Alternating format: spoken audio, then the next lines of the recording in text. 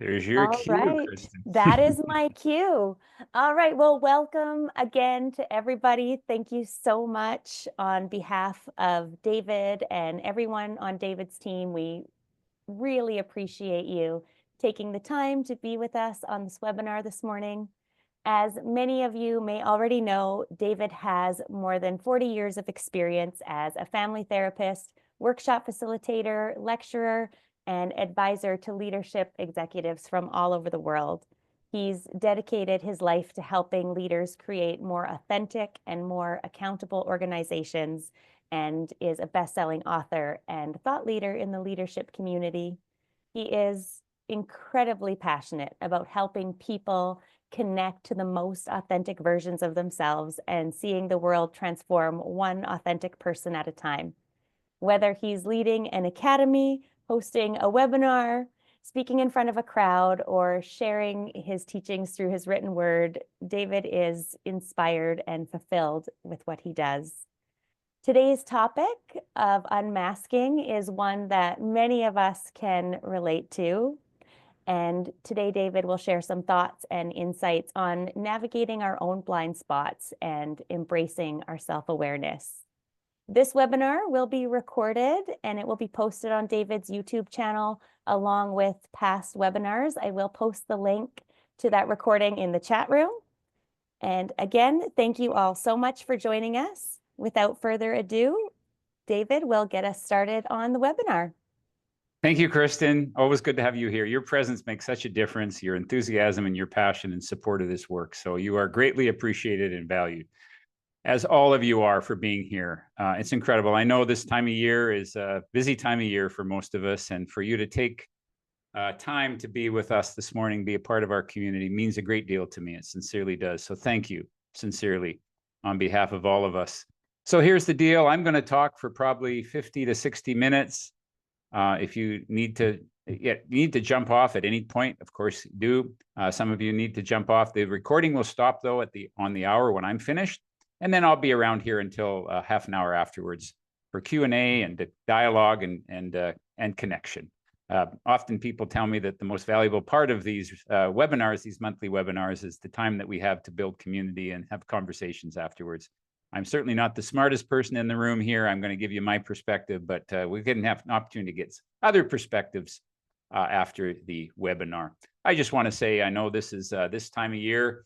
I think of Charles Dickens. I always love this quote. I've always thought of Christmas as a good time, a kind, forgiving, charitable, pleasant time. It's the only time in the long calendar of the year when men and women seem by one consent to open their shut up hearts freely and to think of people around them as fellow passengers to the grave and not another race of creatures bound on other journeys. So regardless, folks, of how you celebrate this time of year, if you live in the Northern Hemisphere, this is the darkest time of the year, and there's many opportunities for darkness. I know just this week, my dear wife's aunt, her last sibling on her dad's side, passed away at 98 years old. And so we're celebrating a life and grieving. We've got on my board at Wayfinders, on our board, one of our dear friends has just been diagnosed with a brain tumor, and he's in surgery actually as we have this webinar this morning.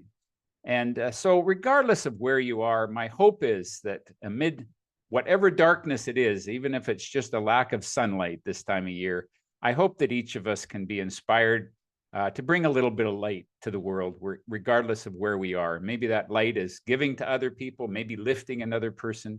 This is my way to bring light into the darkness, is to give you, I hope, a message that will be reflective, that will be helpful and useful in your leadership and in your life as we look more deeply at ourselves. I like this quote by Einstein: if you change the way you look at things, the things that you look at will change. So I hope that I will have you look at your life in some new ways today as you uncover some of your own blind spots. We all have them. We all have masks. And I hope that you leave here with a greater appreciation of yourself and a little bit more compassion for other people, especially this time of year as we might be getting together with loved ones and friends. It seems as though getting together with family is a time that these masks and our old self how we were raised seems to be amplified. So it's an opportunity to look at yourself during the holidays. So I hope I give you something personally, but also professionally in your leadership and in your life. All right. So we're going to go on a little journey. Those of you who know me know this is going to be a very personal journey. I'm going to share a lot of my own story with you, my own process of looking at my own masks. And I hope that it'll be helpful in terms of you looking at your mask. We're going to do really two things. I've split the webinar into two sections. We're going to talk about understanding masks. First of all, what are they? Why do we create them? How do they help us? How do they harm us and those around us? And why does it matter in life and leadership? And, you know, I'm very passionate about this. So I get very intense on this, and my kids will constantly remind me, and grandkids, Dad, lighten up. So I hope that I will lighten up and give you a little lighter message, but I take this very seriously. I hope I don't take myself too seriously, but I hope that the reflections on this will be helpful to you. Then I want to spend the last half of the webinar on unmasking strategies, recognition. These are my four steps to unmask strategies: recognition, appreciation, investigation, and separation, where we separate ourselves from our mask rather than be identified by it. All right. You know, I have to tell you, this is a little bit of a humorous thing, but I got an email this week with somebody in response to the webinar who asked me, are you one of these anti-maskers? And so I got me thinking that the whole notion of masking is very different than it would have been if I'd have given this seminar 5 years ago.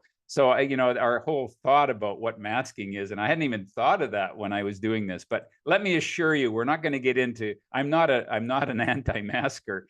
I'm a pro-choicer, but let me tell you that although there might be some metaphors for putting on masks to keep ourselves physically healthy, we're going to be talking about psychological masks during the course of this webinar. So let me just bring some relevance to this whole thing. Masking impacts our life in many ways.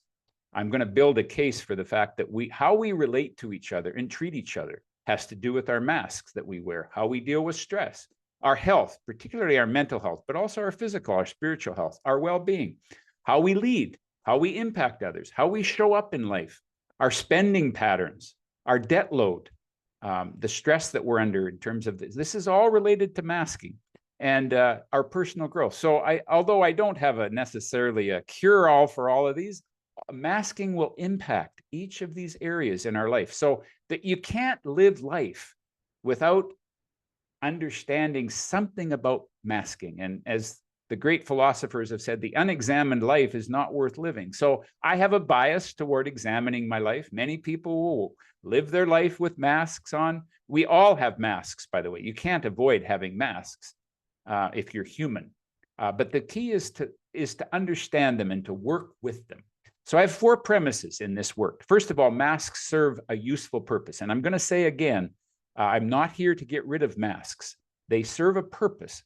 Unmasking is different than discarding. I'm not in any way here asking anybody here to get rid of your masks and to bare your soul and to bring who you are completely into every relationship in your life. You go to a cocktail party, you're going to go to a Christmas party perhaps tonight. That Christmas party is not your therapist's office. You're going to relate differently in that Christmas party than you relate in a therapist's office. You might take all your masks off when you're in a safe therapist's office. I would not expect you at a Christmas party to take all your masks off. What I want you to do is, the goal here is to be conscious and to choose well when we mask up and when we can let that down so that we can see our masks instead of become part of them. It's when they form our identity that we realize that we become trapped in them, and then they get in our way and can be harmful. And there's no finish line in this work. Authenticity is really a method of travel. It's not a destination. I'm going to be on this journey the rest of our life. I'm hoping that if you're engaged in my community, that you understand that living authentically is really a method of travel, and it's a way of working with our lives, and it's bringing compassion into this whole process. I really resist this idea that we're going to work on our lives. The older I get, the more relaxed I am with it. And how I frame it is we work with our lives. I do want to say, though, that there's a difference between horizontal growth and vertical growth. And so many of us have skimmed the surface. And I don't want to be judgmental, but we have access to a lot of information, including this webinar. This is called horizontal growth. What you're going to get new insights. You listen to a podcast, you get new insights. You read a good book, you get new insights. These are what we call horizontal growth, where we get new awareness. But if you really want to get the vertical growth, where you dig deeply, it's just actually when you actually do something with what I'm going to talk about today. And I'll give you some practical tools, some ideas, and some practical strategies that you can actually do some work with this masking. And the authentic way, for those of you who have heard me speak and know me well, my premise is you don't need to change yourself. This is not about changing yourself. You need to come home to yourself, and this changes everything. What's it like? What's the difference between being at home with yourself and being removed from yourself, being away from yourself? Who is this self? And masking is a way, the very thing that protects us is the very thing that imprisons us. Is coming home to yourself. You've got to go through some masks, and we have to look at them and examine them. If that's really important to you to come home to yourself. I don't want to get to the end of my day and say, you know what? I never fully lived my purpose. I never really fully lived who I was. I tried to pretend. I spent my life managing impressions of myself, managing how people perceive me, and not being who I am in this lifetime. I can't think of a more tragic life than someone who was not true to their true self. But we become so good at protecting ourselves that we lose connection with who we are, and then we wonder why we get so stressed. I really believe that stress is really not about hard work. It's about heartache when we lose connection to that self. And then how can we possibly lead when we're disconnected from ourselves? How can we create workplaces that help people connect to their gifts?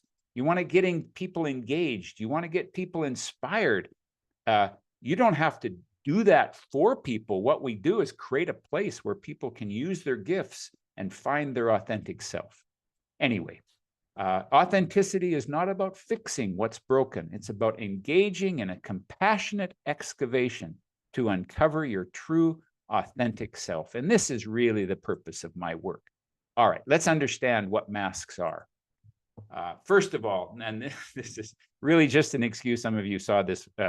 If you've been in my webinars this fall, this is really just an excuse to introduce you to my granddaughter. This is Juno and her mom, my daughter, Haley. And so I have been carefully observing this young baby. And, babies, it's beautiful. You look into the eyes of a baby, and there are no masks. The eyes of a baby, they're pure. You get it unfiltered. You get the rage. You get the joy. You get the curiosity. I have just watched this newborn baby. And, as a grandfather, it's amazing as we watch the life of a newborn come into the world. This is a brand new experience to them. Everything is watching her with lights. She's going to be here next week, but she lives in Ottawa with her mom. And I get a video probably every day and just watch her fascination with Christmas lights and the tree and the lights and just watch her curiosity. And there's no filter. It's who you get is who you are is who you get. However, we are meaning-making organisms. So we're always making meaning of our experience. And so I'm going to say this really clearly. You can't blame your parents for the masks that you might have in your life and the difficulties that you're having in your life. What I suggest is that we're not a product of our upbringing. We're a product of the meaning that we make of our upbringing and the choices that come from that. How many of you have grown up in a family how many of you have grown up in a family? Have you not grown up in a family? Have had a sibling, and you wonder, did we grow up in the same family? Well, you really didn't, because their perception is going to be so different. Part of it's biological, but part of it is the choices that we make. As we grow up in our homes, we make meaning out of our experience. So I'm going to show you the meaning-making process that children go through. And again, we're going to keep this fairly light, but very meaningful from my own journey, because you can't help but make meaning of your existence. And the thing is, what helps you, and what we do is make meaning of things that our parents never intended us to make meaning about. And you'll find that. I'm going to give you a little bit of theory here, and then I'm going to relate it to my own story. So we're all born as this seed, this destiny. Just like an acorn is destined to be a giant oak one day, we are all destined to fulfill our natural capacity. We all have a destiny to fulfill in this life. One of my early mentors, Virginia Satir, who was really a world-renowned family therapist, said this: no plants ever grow better because we demand that they do so or because we threaten them. Plants grow only when you have the right conditions and are given the proper care. Cultivating the best environment and the proper nourishment for plants and people as well is a matter of continual investigation and vigilance. When a flower doesn't bloom, you change the environment which it grows. You don't fix the flower. So let's look at the environment that we are raised in. If you're going to take an acorn and turn it into an oak tree, a giant oak tree, there are certain conditions that are necessary for that experience to happen. Here are some of the conditions that an acorn requires in order to be an oak tree. It requires, obviously, sunlight, proper water, protection from amount of water, protection from wildlife and extreme weather, soil requirements, pH range and temperature of the soil, space and minimal competition. I'm not an expert on raising oak trees, but this is what I've researched and learned, that these are the conditions, probably the conditions of most plants when you plant a seed. Well, as plants have conditions, so do human beings have condition to experience their full expression of themselves, their full, in my words, their authentic potential. There are 4 conditions that children require to reach their naturally endowed potential. These are the 4 conditions. And this is work of Gordon Neufeld, who and Gabor Mate adapted this, and then I adapted his interpretation. And anybody that wants more the source of this research, I'm happy to provide it. But let me proceed. So this is like Maslow's hierarchy of needs, and they are progressive. So they build on each other. There's a pecking order here. The foundation is attachment, an early, deep sense of contact and consistent connection to those responsible to you.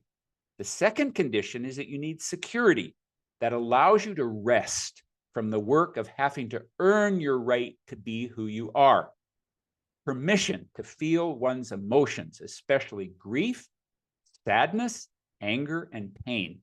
This doesn't mean that you have a condition to put those emotions in the driver's seat, but feeling those feelings, expressing those feelings, being with those feelings is one of the greatest gifts we can give our children, aside from that attachment and meet that security need.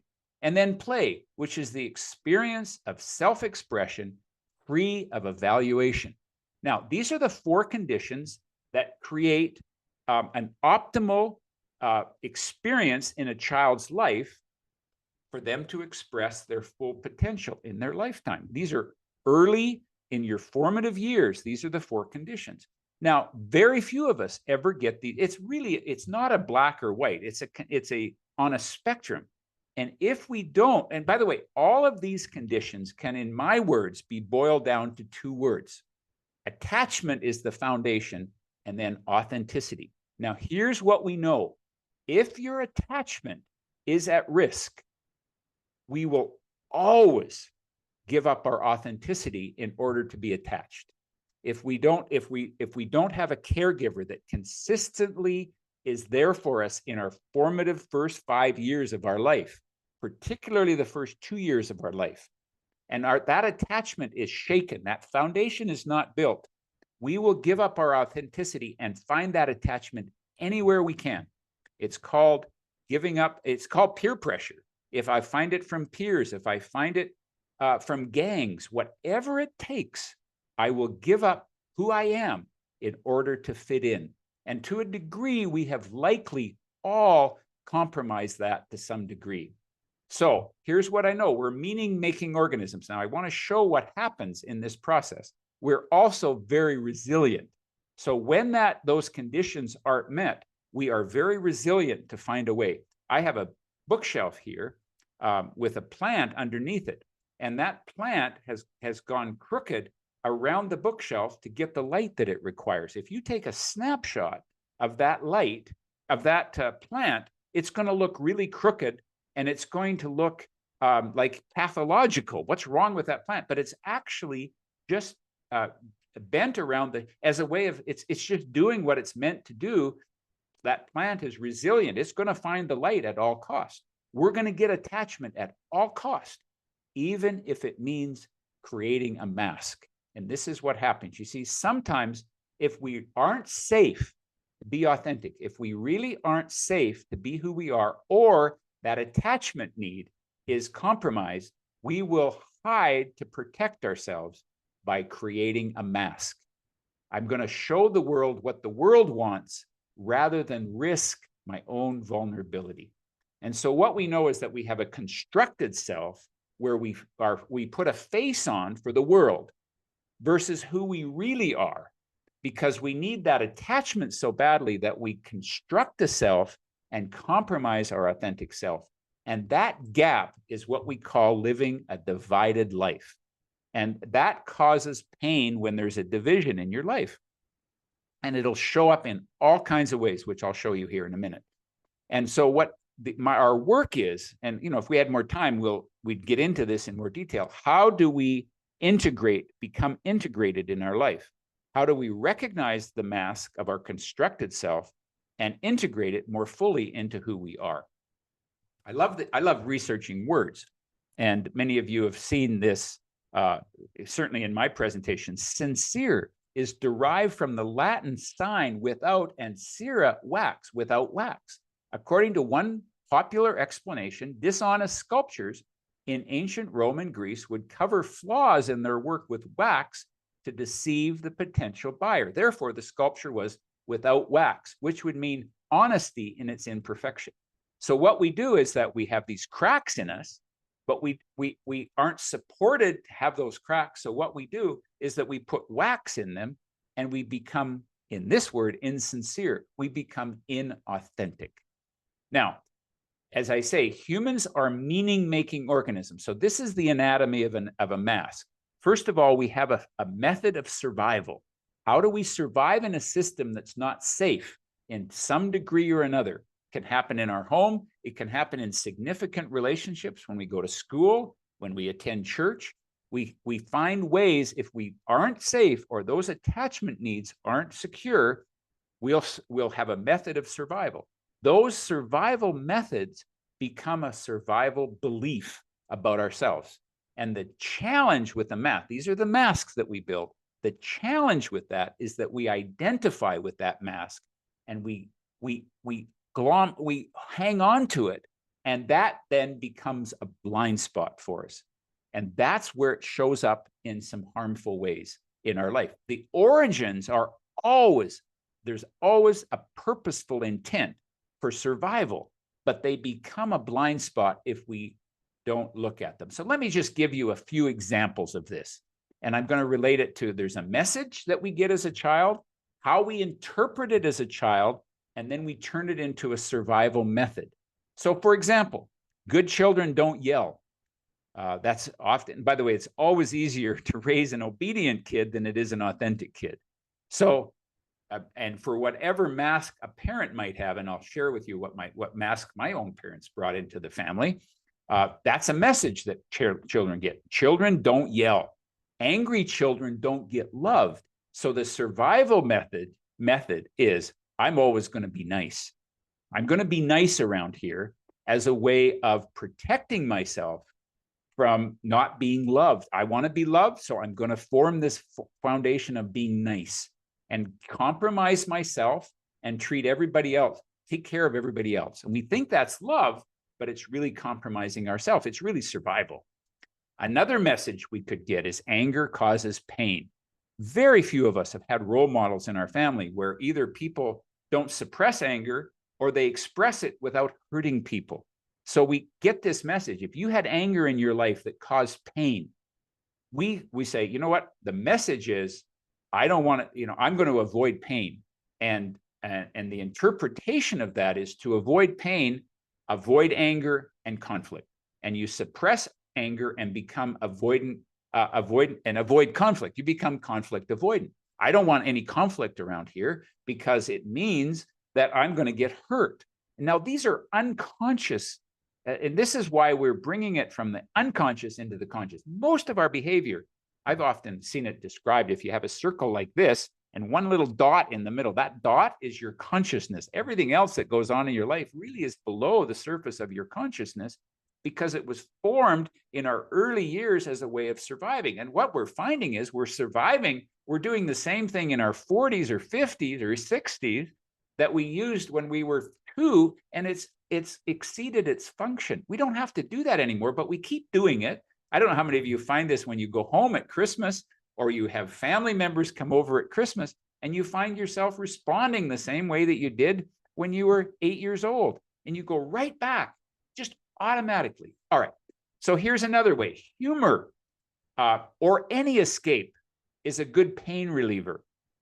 And when you're uncomfortable, crack a joke or be sarcastic. Sarcasm is a really indirect, protective way of showing how angry we are, but we deflect it and we build a mask around it, and you become a comedian.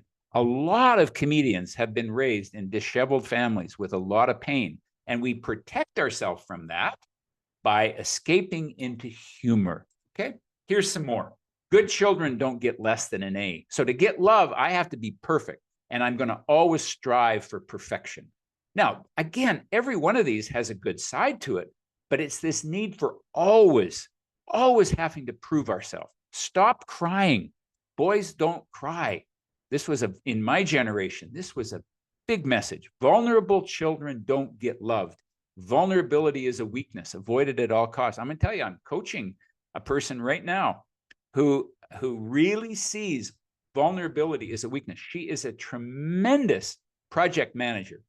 She can, but she's an engineer, and she manages projects like she manages people like they're projects, like an engineer, and everything is checked the box.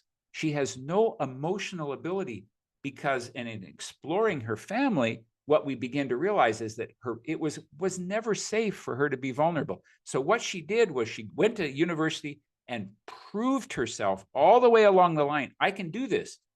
Now, it works really well as a project manager.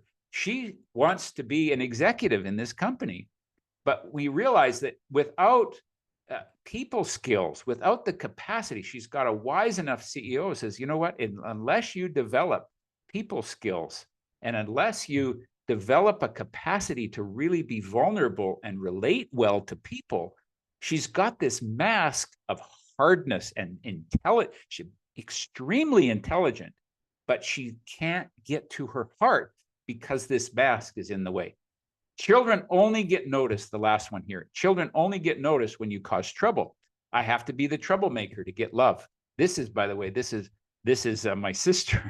But many of us, when kids would bring, when I used to do family therapy and parents would bring in their troubled kids, and they'd have this whole list of all the things that kids done to cause trouble. And my first question is, how much do you relate to this kid when you're not trying to get them to do something? And what we find in really troubled families is that there's no relationship away from this kid causing trouble. So they learn really well. The mask is, I'm going to cause trouble to make an impact. And then they carry that same rule into organizations. How many of you have ever met people who work beside you or are always causing trouble? Not to move the organization forward, but it's their natural, unconscious way of creating a mask for themselves to feel safe in the organization. And this last page.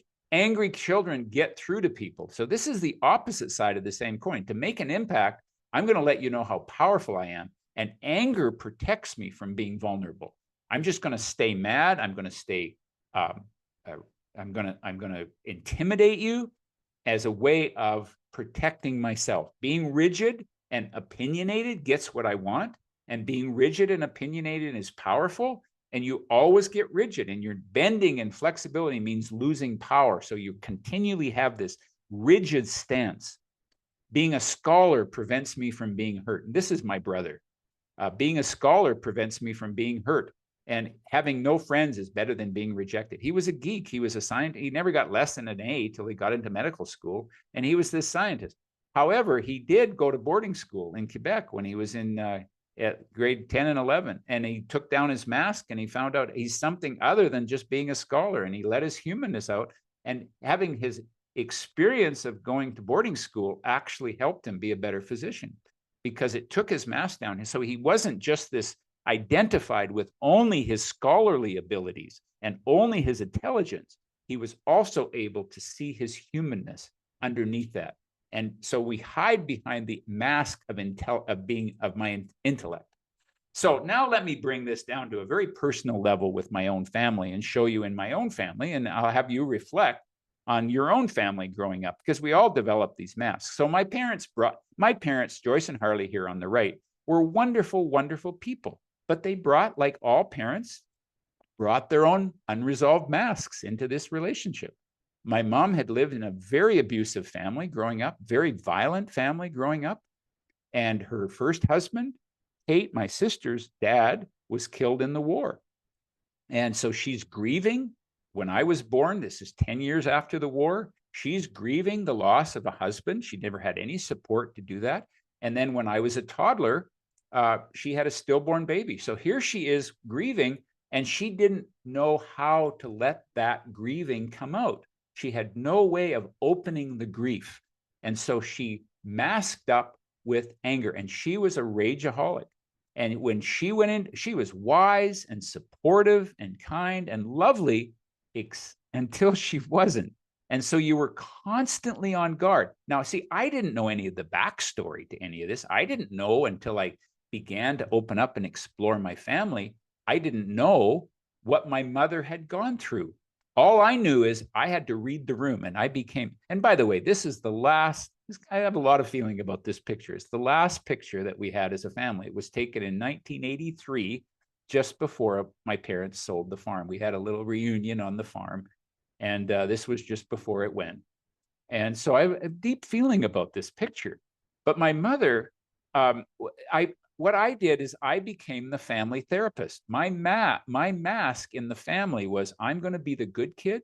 I'm going to be the nice kid. I'm going to be the responsible kid, and you can rely on me. And I was the family therapist. I'd go to my sister and talk about her problems. My brother, he's another story. I'll tell you about him in a minute.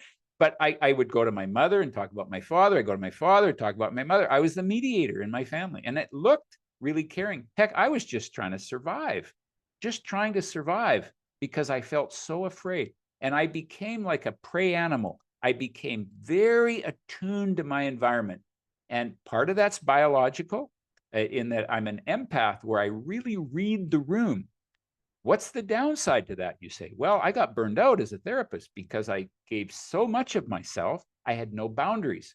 And so I identified with being this helper. I was a compulsive helper. You could call me a helpaholic.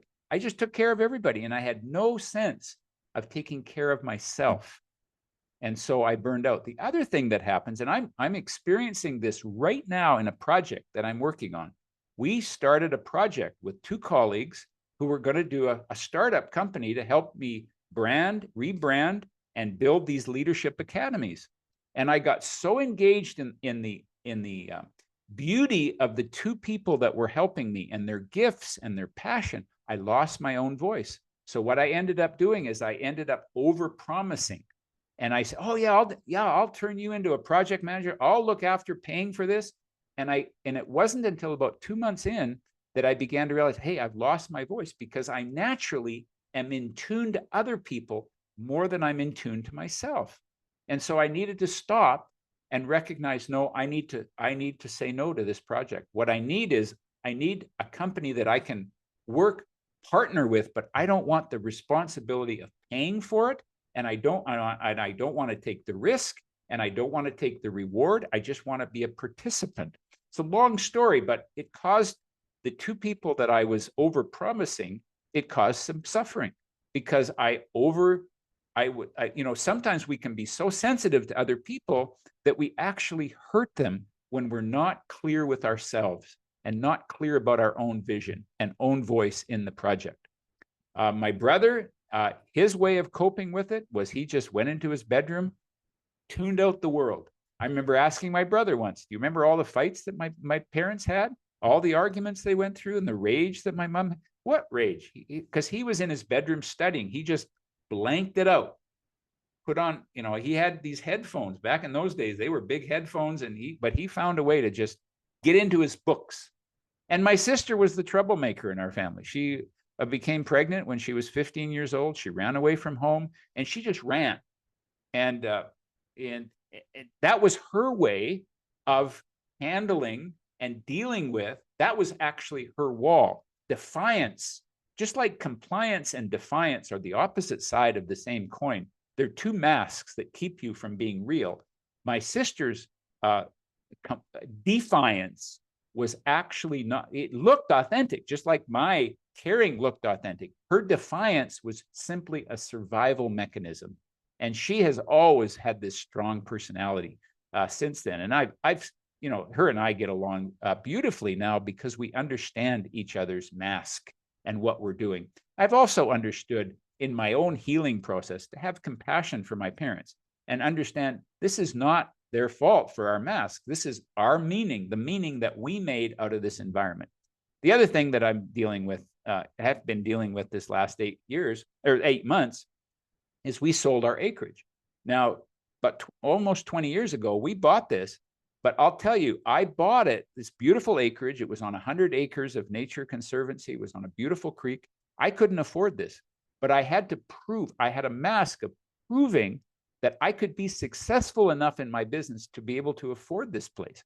We put several $100,000 into a renovation. It's an architecturally designed house. It's a beautiful home. And I kept up, but at a cost.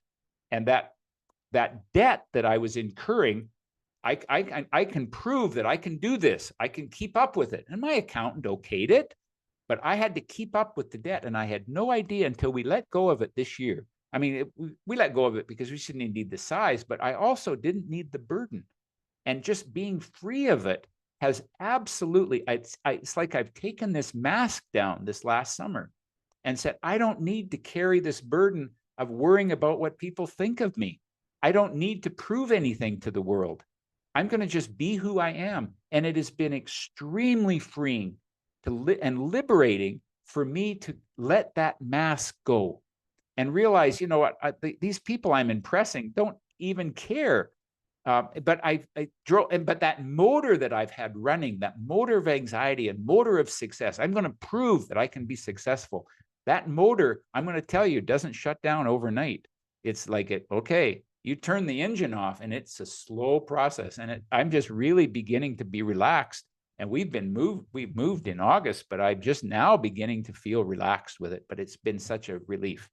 All right, so these are all survival methods. Now, what we do is that in order to be safe, we turn these methods into beliefs. I always have to be nice. And the key word here is always, where it's a belief. In order to be safe, it worked as a kid, but now it's the same thing when I get into work and I might be 40 years old. Treat others with greater care than you treat yourself. This is a belief that we're operating from. I spend a lot of time in my work working with helpers and caregivers, and how difficult it is to talk about self-care. Everybody talks about self-care. Why is it so difficult for us to have self-care? Because many of us are functioning under a belief that if I take care of myself, I'm somehow or other neglecting you.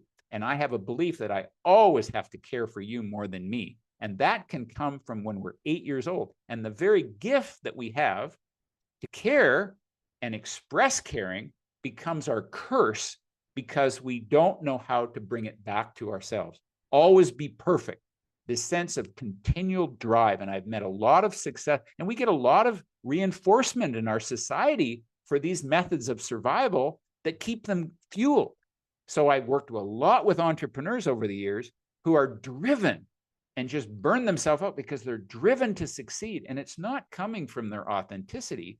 It's coming from, maybe it's a drive to prove to their parents, to their father, that they can pull this business off. And I understand that well. Don't ever be vulnerable, because vulnerability means weakness. Prove your worth by showing people how smart or wealthy or successful you are, or get sick to get noticed. Some people are the sick ones and develop an identity around that. You make an impact. To make an impact, you've got to cause trouble. Bully others to deal with your own pain. That's bullying, is an intimidation, and using your positional power. Don't ever give positional power to a person who uses bullying as a way of coping with their pain. That's a formula for failure. But I see many leaders in leadership positions who have that same frame of mind, that I'm going to bully others. See, some people internalize the anger. That's what I did. I internalized all the trauma and anger in our family. Some people externalize it, and they take it outwards on other people. As we say, hurt people hurt people. Avoid pain or conflict at all costs. Pain is always going to cause me a lack of safety and attachment. So avoid it to feel safe. And when times get tough, go shopping. There's another coping mechanism. Some people use humor. Some people use drugs. Some people go to the mall. And we have, just walk down the mall and you'll see. And I don't want to be critical of shopping. It's a beautiful time of year to come in and buy something thoughtful. But are you using it not as an expression, but as a mask to say, this is my way of protecting myself when things get tough, when it's uncomfortable, just spend money. And then you throw a 24/7 marketplace on that, where people can buy stuff on Amazon 24/7, and it's not going to end necessarily really well. Now, what happens is that those beliefs derive an identity, where we now begin to be attached to that mask, and we identify with being a people pleaser or a compulsive helper. I help sometimes compulsively. I'm a people pleaser.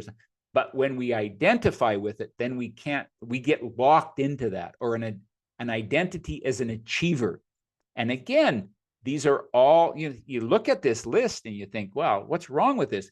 What's difficult is it becomes a blind spot. You're going to learn that in a minute. Achiever, accountable. What's wrong with being accountable? What's wrong with showing up in the world? I'm going to tell you, I've developed in my life an accountable mindset. And it's interesting. I teach this stuff around building accountable cultures.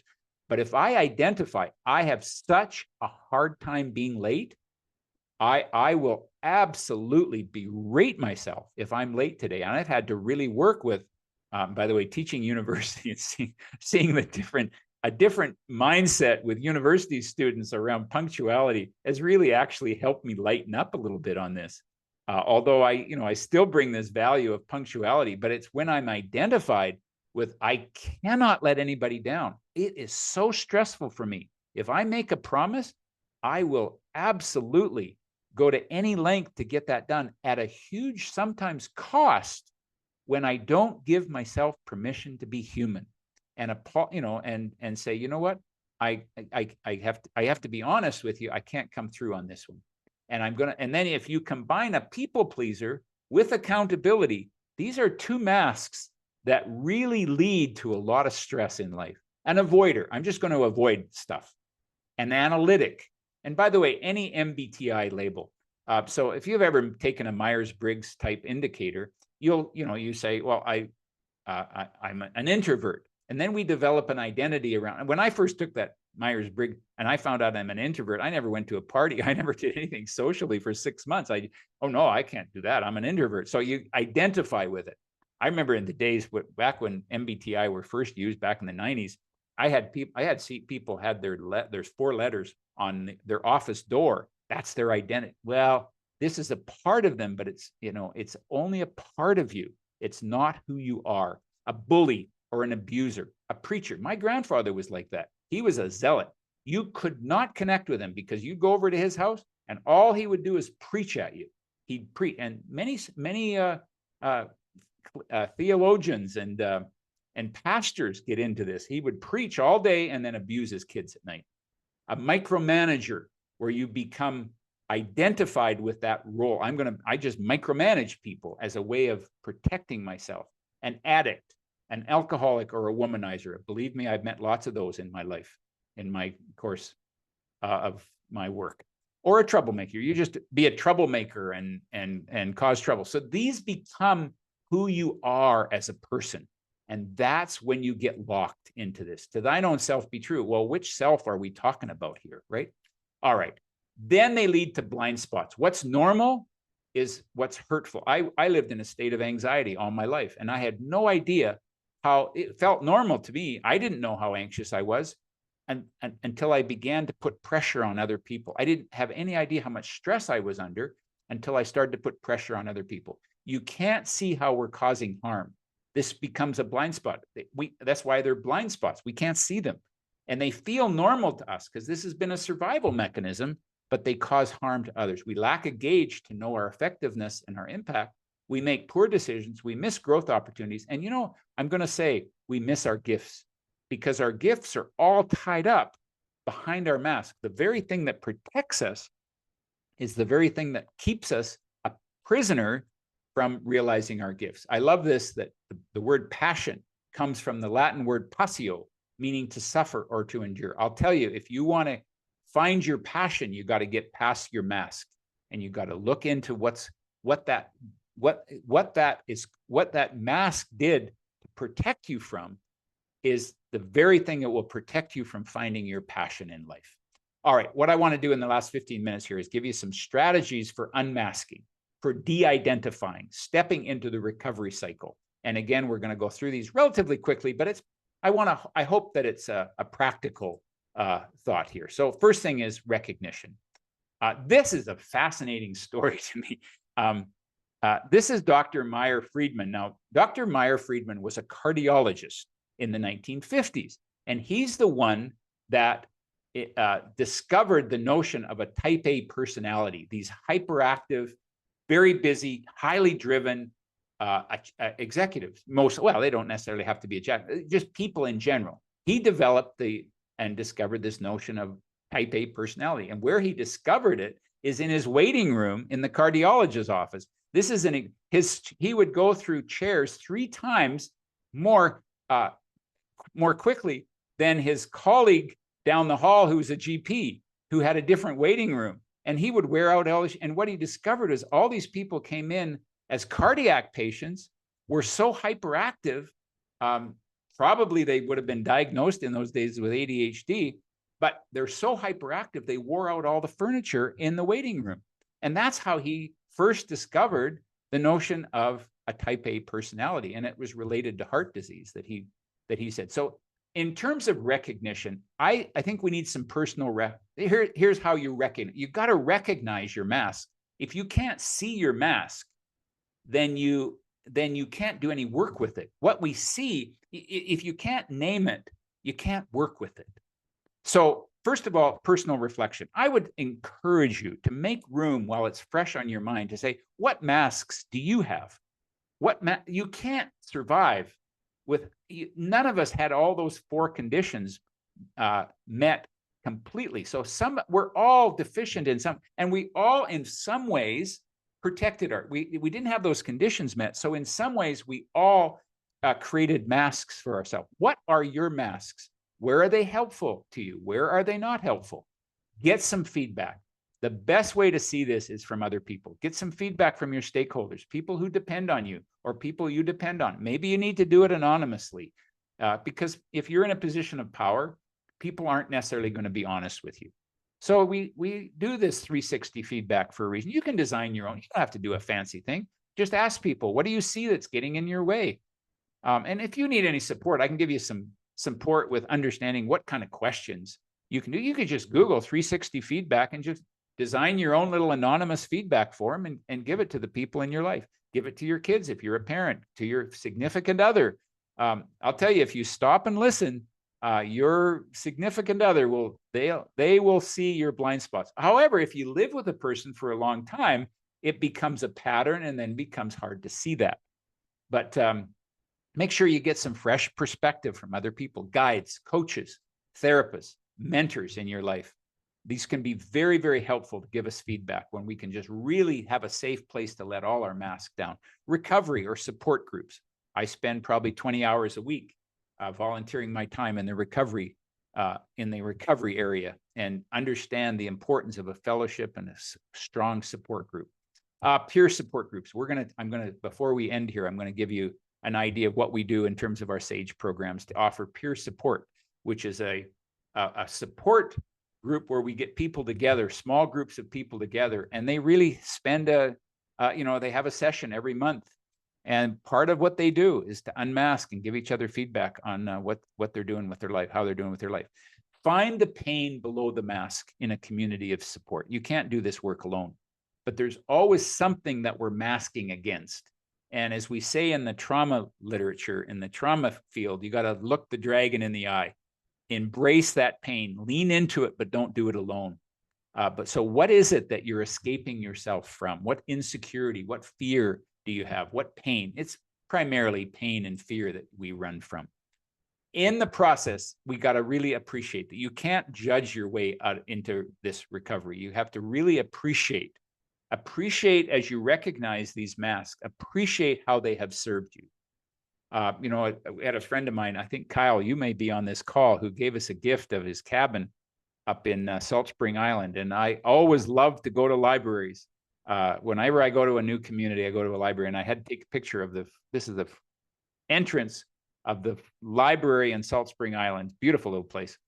You can see here, you belong here. Well, that's a statement that we need to say. These masks are a part of ourselves, and we need to create a place where it's safe. Appreciate that they're there for a reason. They came into you for a reason. And you have to, from my approach, you have to create a place of belonging. You can't get rid of these masks. You work with them. You befriend them. You understand why they're there. You could have a dialogue where you could write in a journal to say, what was the purpose of, and be what your mask, and write a letter to yourself. And then you write a letter back, and you could have a little dialogue with your mask and understand why it was there and appreciate it. Okay. You'll see there's no straight lines in nature. Anybody spent time in nature, you're not going to get this stuff perfectly, but you begin to appreciate, hey, we're all just working with this. It's all part of the human experience. Let's not pathologize this. We're all working with this mask material. Okay. Face what's underneath the mask, the pain, the grief, the fear. Character, I define character as the courage to face the demands of reality. This is when you really investigate it. Look what's underneath there. And again, I don't know how to do that outside of a community. You can begin to reflect on it yourself, but you ultimately have to bring this, as we say, sunlight is the best disinfectant. You got to bring it into a community. And then you separate yourself from it so that you find that you're not a part of it. Okay. And then what you find in the whole journey is what we find as a kintsugi, which is a Japanese art of mending broken things with gold. The idea that when we embrace the flaw and the imperfections, we actually create something much stronger and more beautiful. That's the goal of this work, is that we find the goal. Our greatest gift is where we've been wounded.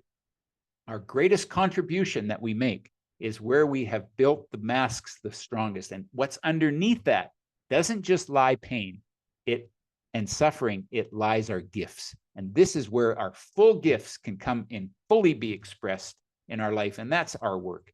As my daughter would say when she was in high school and she found her gift, she had built a mask of self-protection for many years because she felt so insecure. And when she found a place, a community where she could use her gifts as a performing artist, this is the statement she came up with. It's more important to be yourself than it is to be popular. Being popular only lasts until school's done. Being yourself will last a lifetime. So there's that's where she came from. So my call to action, folks, is stay connected to your feelings.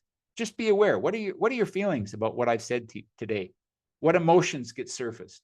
And honor those feelings and find somebody that will support you with those emotions so that you know you're not alone here. And I should have actually said the second statement is, no, you're not alone, no matter what you're doing.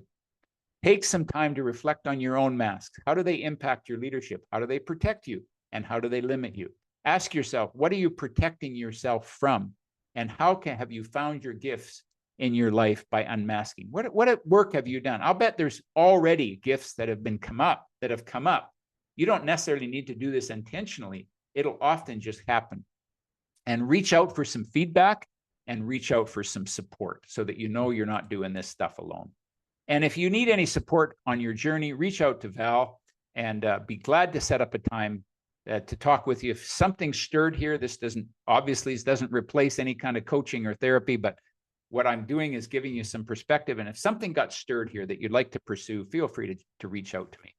Now, I want to tell you, one of the things that we offer in our organization is a SAGE program. And Ken, if you happen to be on the call, if you could unmute yourself, I would just love you to take a couple of minutes and just share. Ken Ritzko is our SAGE facilitator.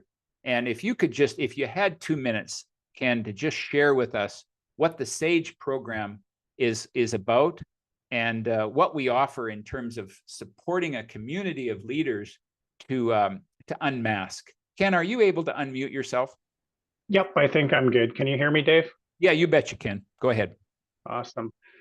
Well, good afternoon, everyone. It's nice to see some familiar faces on here. I know that we've kind of been on a couple different journeys together, so good seeing those that I know already, and good to meet, a few of the others here on the call. What we kind of term our SAGE sessions, like in relation to, what we're talking about with MAS, is that it really just offers groups another way to have support. So what we do, just to kind of give you like the administrative talk, but then I'll kind of tell you a little bit more about what we do. We end up meeting, between 9 to 10 times a year, so typically it's monthly for the most part. We're going to be focusing on also an in-person session. So we do most of them virtually. We have one session a year where we try to meet as a group. And really what we do in these sessions, I was trying to figure out the best way to describe it. I would say that MAS is one way to say it, but it's really just bringing our true selves into a conversation. And the conversation itself becomes, very deep. It becomes, whatever you want it to be in any given session. But what I find is that the questions that we ask, kind of start off by, intriguing a thought within inside. And then the conversation turns to something where it just helps us out in terms of trying to put our thoughts together, having someone to talk to that, is a little bit different than just a family member, because, one of the things I find is your family doesn't typically be as honest with you as you'd like. Like I can remember even my mom growing up, for her to kind of have any critique of her son, myself, or my sister was hard for her, because she was proud of us and she always wanted to be encouraging. It was kind of almost to the other extreme.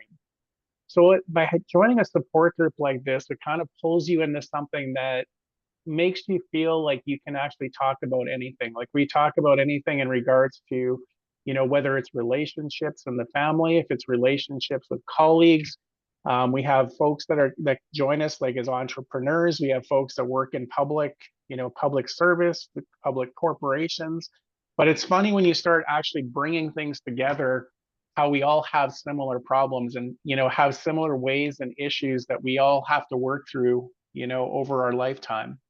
And what this really offers is just a venue to be able to do that. You become very close with the individuals in your group. You become, very close with, those in the group, but also with, some of the things that Dave teaches, because we try to incorporate a lot of that information into it as well. But I think the big thing that you walk away with is that it just offers you a different perspective, maybe something that you didn't think of. And it's always a safe space. Like we have confidentiality agreements where what we talk about in the session stays in the session, but it really just gives you another avenue that you can explore, who you are and maybe try to understand yourself in a different way. So I would say that we have like, agendas to follow. We definitely have things where, we have an outline, but I would say that probably like 90% of the time we go off script, because we really just want to understand a little bit more about what's happening in each other's lives, and we become very close. And, I think the biggest thing is that you know, when you join other support groups, or, you know, you even have good intentions after like you know, like one of David's academies, or, you know, any conference you go to, you always have the, you know, the intention that you're always going to remain connected with those people. And I always found it dwindled off. By doing something more intentional, like a safe session, you know, it really just brings you to that level of commitment where you're doing something for yourself and trying to learn about yourself.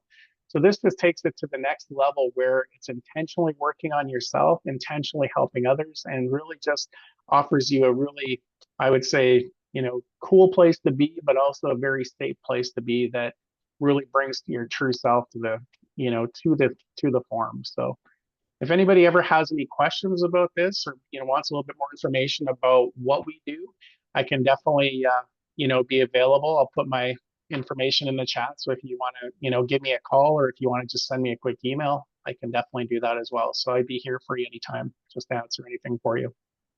Ken, that's great. Thank you very much. And I'm hoping you can stay on for a few minutes after if people have any questions in the dialogue afterwards. Much appreciated you being here, sir. Yeah, thank you. An amazing job. Build great community there. And I know we've got some of your members in our call today. And folks, I just want to leave you one last thought here. I'm part of this Wayfinders. It's a organization that serves, it's the nonprofit volunteer work that I do in our community here. And we're working on we have a working ranch, and that we serve people who, first responders and veterans who have PTSD. We create a community, a safe community.